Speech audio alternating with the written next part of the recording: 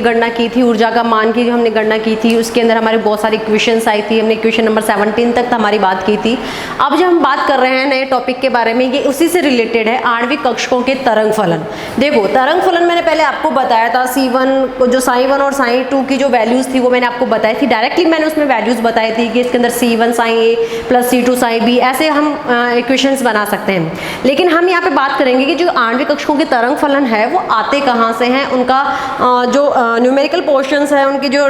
Derivative जो आते हैं वो कैसे आते हैं, कैसे उनकी वैल्यूज लेते हैं, ये सारी चीज़ें बात करती हैं। तो आज जब हम पढ़ रहे हैं आणविक कक्षकों के तरंग फलन, उसमें हम कुछ इक्वेशंस पहले वाले इक्वेशंस में काम में लेंगे। सबसे पहले हम इक्वेशन नंबर 10, जो आपने पहले वाले इक्वेशंस देख रखी है, उनमें इक्वेशन नंबर 10 है आपकी, 15 है, 16 है, 17 है, जो भी इक्वेशन मैंने लास्ट में करवाई थी उन इक्वेशंस के अकॉर्डिंग मैं अपनी नई इक्वेशन सेटअप करूंगी। तो सबसे पहले मैं लेती हूँ इक्वेशन नंबर 10, जो हमारी क्या है, C1, ये देखो इधर लिखी हुई है, C1 है आपका HAA जो मैंने लिखा था,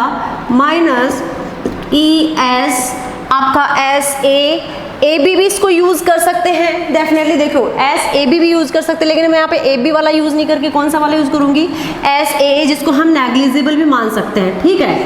आपका plus C2H AB minus SAB, ये हमारी एक इक्वेशन है जो किसकी इक्विवेलेंट है, 0 के इक्विवेलेंट है। अब मैं इसको ओवरऑल हम क्या करते हैं कि हमारे पास जो यहाँ पे E है, उस E की टर्म को हम E1 की टर्म में लेके आते हैं। E1 और E2 मैंने आपको बताए थे, एक सिमेट्रिक आपकी ऊर्जा थी और एक एसिमेट्रिक ऊर्जा थी, ऊर्जा स्तर से उनके मैंने E1 और E2 वहाँ पे यूज किया था। तो हम इसको जो समीकरण है इसको हम चेंज करेंगे, तो हमने इसकी जगह और यहाँ पे जो हमने E लगा रखा है उसकी जगह सिर्फ यही चेंज करना है, यहाँ हमें E1 रखना है और यहाँ पे हमें क्या करना है, E का यहाँ जो हमने E था उसको E1 की पोजीशन में लेके आना, वो हमारे समीकरण नंबर जो हमने 15 यूज़ की थी बस वही यहाँ पे यूज़ करना है। अब देखिए जब ये समीकरण हमारे पास में आ जाती है तो उसके बाद मैंने आपको दो समीकरण बताए थे जिसमें दो वैल्यूज़ थी, एक E1 की वैल्यूज़ थी, एक E2 का, कुछ ऐसे E2 का मैंने बताया था HAA minus HAB 1 minus SAB, जब नेगेटिव वैल्यूज आती है तो उसको E नेगेटिव या E एसिमेट्रिक या आपका E2 बोल सकते हैं, और जब पॉजिटिव वैल्यूज आती है उसको E1 AS आपका और E आपका प्लस बोल सकते हैं, ठीक है। तो हम पहले बात कर रहे हैं E1 के बारे में, तो हम E1 वाला समीकरण लेते हैं। तो जो ये समीकरण है उसके अंदर हम E1 की वैल्यूज रखते हैं, तो E1 की वैल्यूज ये हमारे पास में ऑलरेडी अवेलेबल है। तो जब हम इसको मॉडिफाई करते हैं इक्वेशन को, तो E1 हमारे पास में है 1 प्लस SAB, इधर चला गया। अब हमारे पास इधर क्या बचा, HAA प्लस HAB, ठीक है। ये हमारे पास एक जो ये E1 की वैल्यूज है उसको हमने मॉडिफाई किया है। अब नेक्स्ट मॉडिफाई करेंगे, हमें चाहिए HA की वैल्यू, तो हम क्या करेंगे, E1 1 प्लस SAB और HA की वैल्यू चाहिए तो हमें HAB को उधर लेके जाएंगे, तो HAB उधर चला गया और हमारे पास में किसकी वैल्यूज आ गई, HAA की वैल्यूज आ गई। तो जो हमारे पास में ये समीकरण बना हुआ है उस समीकरण के अंदर हम HAA की वैल्यूज को पुट करते हैं। तो जब हम HAA की वैल्यूज को इस समीकरण के अंदर पुट करते हैं तो देखिए C1 HAA है, HAA की जगह हमें क्या लिखना है, E1 1 plus SAB minus HAB, ये तो किसकी वैल्यूज हो गई, HAA की माइनस E1, तो ये तो हो गया पहला bracket, plus C2 HAB minus E1 SAB equal to 0। जब हम इस ब्रैकेट को सॉल्व करते हैं, तो हमारे पास देखो C1, अब हमारे पास में E1 को इससे E1 वाला इससे सॉल्व करेंगे तो E1 को 1 से मल्टीप्लाई करेंगे तो E1 आ जाएगा, E1 को ऐसे AB से करेंगे तो E1 SAB minus HAB minus E1, ये तो किसका हो गया ओवरऑल इसका, plus C2 HAB minus E1 SAB बराबर 0। अब जब हमें इस इक्वेशन जो हमारे पास में ये इक्वेशन आई हुई है, इस इक्वेशन के अंदर देखो यहाँ पे पॉजिटिव E1 है और यहाँ पे नेगेटिव E1 है, तो दोनों को हमने क्या कर दिया, एक दूसरे से क्रॉस कर दिया। अब हमारे पास में क्या वैल्यूज बची हैं, C1 और ब्रैकेट में इधर क्या बचा, E1 SAB माइनस HAB, यही बचा हुआ है। देखिए इस यहाँ पे हमारे पास S A B even minus H A B यही बचा हुआ है, और सेम टू सेम इधर भी हमारे पास में कौन सी वैल्यूज़ बची हुई हैं, plus C two H A B minus E one S A B. ये वैल्यूज़ जब आती हैं जब हमारे पास में यहाँ पे पॉजिटिव वैल्यू लेते हैं, ठीक है। अगर हम इस ब्रैकेट को और इस ब्रैकेट को एक दूसरे के बिल्कुल इक्वल करना चाहते हैं, तो हम अगर इसको नेगेटिव करेंगे तो अंदर वाला तो क्या हो जाएगा, पॉजिटिव, और पॉजिटिव वाला क्या हो जाएगा, नेगेटिव। तो इवन ऑल हम क्या लिख सकते हैं, C1 E one S A B minus H A B minus C2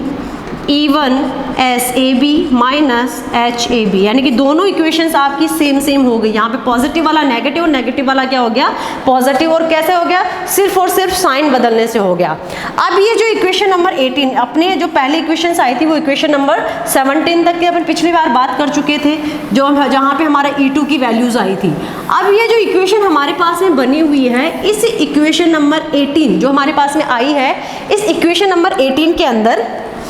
equation number 18 में E one S A B minus H A B का भाग देने पर, अब देखो जैसे हम इसको डिवाइड करेंगे तो हमारे पास में क्या क्या वैल्यूज़ आ जाएंगी। देखो हमारे पास में वैल्यूज़ हैं C1 E one S A B minus H A B minus C2 E one S A B minus H A B. अब जब हम दोनों के अंदर सेम वैल्यू से E one S A B minus H A B इधर भी डिवाइड करेंगे और इधर भी E one S A B minus H A B, तो इससे ये आपकी जो वैल्यूज़ हैं वो क्रॉस हो जाएंगी और इससे ये वैल्यूज़ क्रॉस हो जाएंगी और ओवरऑल क्या आ जाएगा, 0। तो हमारे पास में कौन सी वैल्यूज बच जाएंगी, C1 minus C2 equal to क्या रह जाएगा हमारे पास में, 0। अब देखो C1 है इजक्वल टू हम इसको क्या बोल सकते हैं, C2 भी बोल सकते हैं। और ऐसे ही ये तो किसकी वैल्यूज़ ली थी हमने, E1 की वैल्यूज़ ली थी। इसी तरीके से हम E1 से E2 की वैल्यूज़ भी ले सकते हैं। E1 के अकॉर्डिंग तो हमारे पास में जो वैल्यूज़ आई हैं वो है C1 इजक्वल टू C2, किसके लिए आई हैं, E1 के लिए।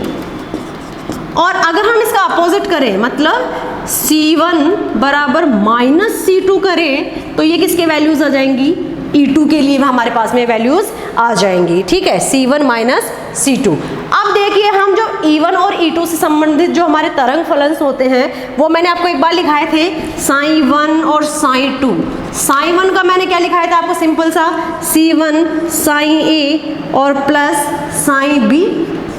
और C2 sin A plus sin B। ये मैंने आपको दो तरंग फलन बताए थे। देखिए ये हो गया हमारा इक्वेशन नंबर 19 और ये हो गया इक्वेशन नंबर 20। नंबरिंग अपने अकॉर्डिंग आप दे सकते हो जैसे आपको सहूलियत लगे। तो मैं यहाँ पे बात कर रही थी आणविक कक्षकों के तरंग फलन की। तो यहाँ पे हमारे पास में दो समीकरण आए हैं। पहला समीकरण है sin1 का और दूसरा समीकरण है sin2 का। पहले समीकरण में C1 sin A plus sin B लिख रखा है और दूसरे समीकरण में sin2 और देखो sin2 के लिए sin A minus sin B, क्योंकि नेगेटिव है। मैंने आपको दो इक्वेशंस बताई थी। अब जैसे ही हम इसके लिए तरंग फलन की वैल्यूज़ की बात करते हैं तो मैंने आपको एक इक्वेशन बताई थी, एक समीकरण अपने पास में आया था a प्लस बी का होल स्क्वायर, और उसको हमने सॉल्व करके क्या किया था, a square plus B square plus 2ab ऐसी कुछ वैल्यूज़ हमारे पास में आई थी और उसी के अकॉर्डिंग हमने एक सॉल्यूशन पुट अप किया था। ठीक है, तो जब हम ये जो हमारी इक्वेशंस आती हैं इन इक्वेशन का प्रसामान्यीकरण करते हैं, मतलब प्रसामान्यीकरण की शर्त के अकॉर्डिंग इन इक्वेशंस को हम सॉल्व करते हैं, तो हमारे पास में जो समीकरण था कौन सा, साइन एमओ वाला। इस साइन एमओ वाला समीकरण की वैल्यूज क्या थी, C1 sine A plus C2 sine B, यही आ रहा था। जब हम इनका स्क्वायर करके समाकलन करते हैं, कैसे,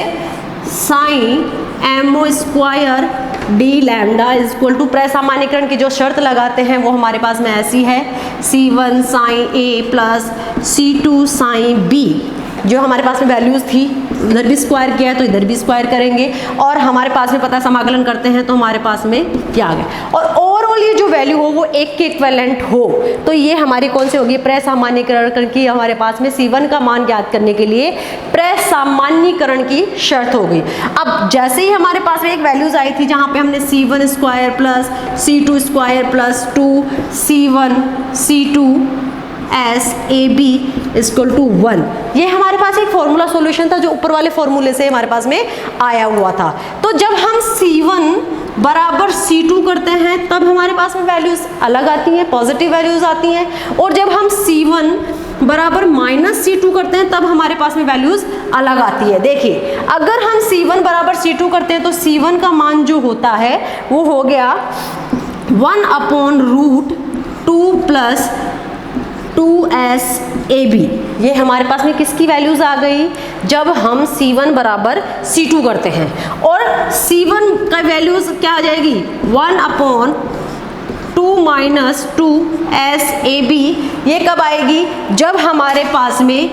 किसका मान हो, जब C1 का मान हमारे C1 बराबर C2 हो तब तो हमारे पास में वैल्यूज पॉजिटिव आएंगी, और जब हमारे पास C1 बराबर माइनस C2 हो यानी कि नेगेटिव वैल्यूज आए तब हमारे पास में ये इक्वेशन डेवलप होती है। Equation number 21 and equation number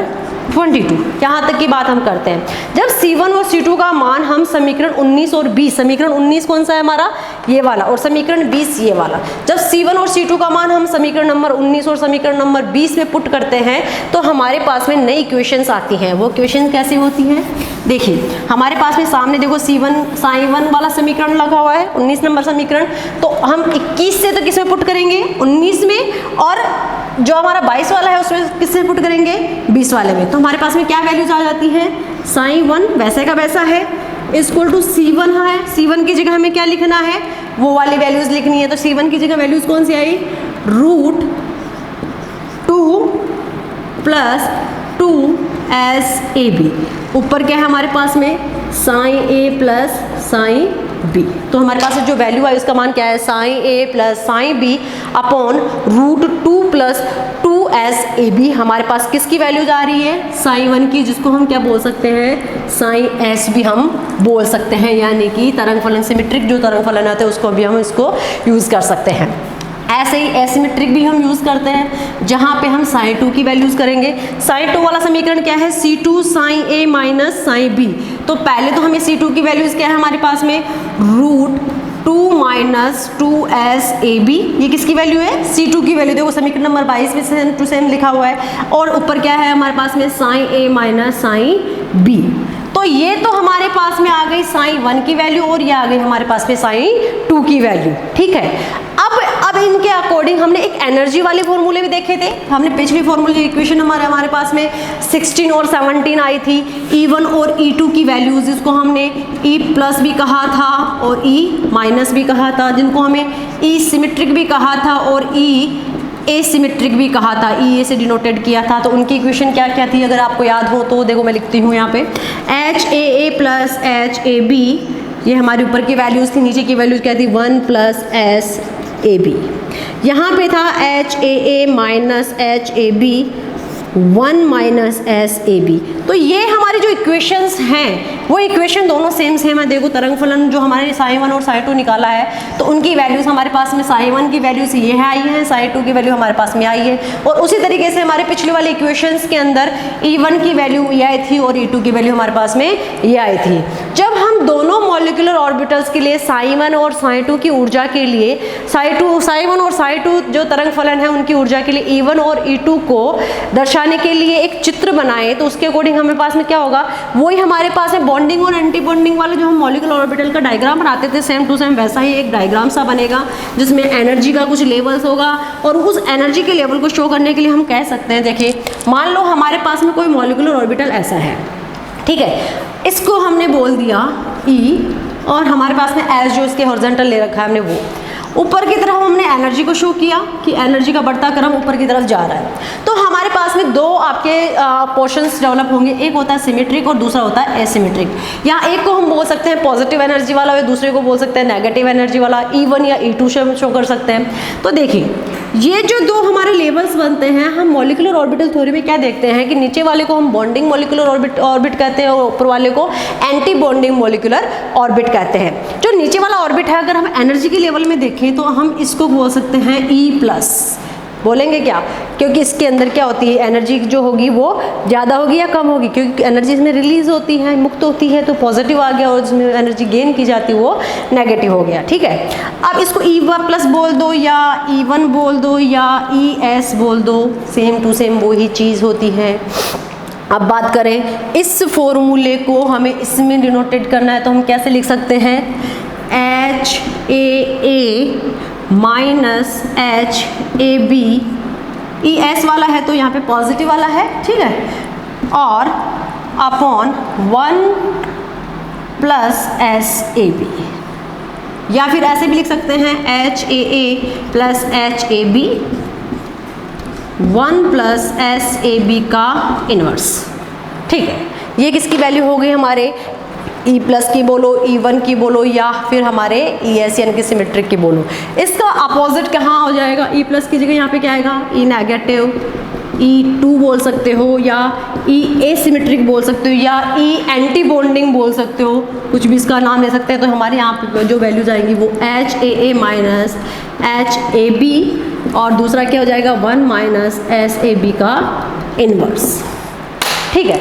अब ये जो हमारे पास में वैल्यूज आई है वो वही तरीका है, यहाँ पे बॉन्डिंग मॉलिक्यूलर ऑर्बिटल लिख सकते हो, यहाँ पे एंटी बॉन्डिंग मॉलिक्यूलर ऑर्बिटल लिख सकते हो। ये एनर्जी का लेवल है हमारे पास में, एक में एनर्जी रिलीज हो रही है, एक में एनर्जी उसको लेनी पड़ रही है। जो एंटी बॉन्डिंग मॉलिक्यूलर ऑर्बिटल्स होते हैं उनकी एनर्जी ज़्यादा होती है। इसी तरीके से जो आपकी जो एसिमेट्रिक जो होते हैं, एसिमेट्रिक जो आपके ऊर्जा स्तर्स होते हैं, उनकी एनर्जी भी हमें क्या होती है, ज़्यादा होती है। अब अगर हम A और B जो हमारे जो नाभिक थे, जो शुरू में हमने न्यूक्लियस लिए थे HA और HB हाइड्रोजन परमाणु की हम बात कर रहे थे, अगर उनके मान बदल दे तो ψ1 का मान अपरिवर्तित रहता है, लेकिन ψ2 का मान बदल जाता है। क्यों? क्योंकि ψ1 के अंदर तो क्या होता है, C1 बराबर C2 होता है, लेकिन ψ2 वाले जो हम बात करते हैं वहाँ पे C1 बराबर माइनस C2 होता है। ψ1 यहाँ पे क्या होता है, सममित आणविक तरंग फलन होता है, जिसको हम ψS भी कह सकते हैं, और ψ2 जो होता है हमारे पास में वो होता है असममित आणविक तरंग फलन, जिसको हम क्या बोल सकते हैं, ψA भी बोल सकते हैं। तो ये थी हमारी कहानी आणविक कक्षकों के तरंग फलन की। इसके आगे हम बात करेंगे संगृहीत कक्षकों की, संकरण sp, sp2, sp3, इनके बारे में हम बात करेंगे, और थोड़ी सी बात करेंगे हम अपनी VBT के बारे में। आज के लिए इतना ही, थैंक यू।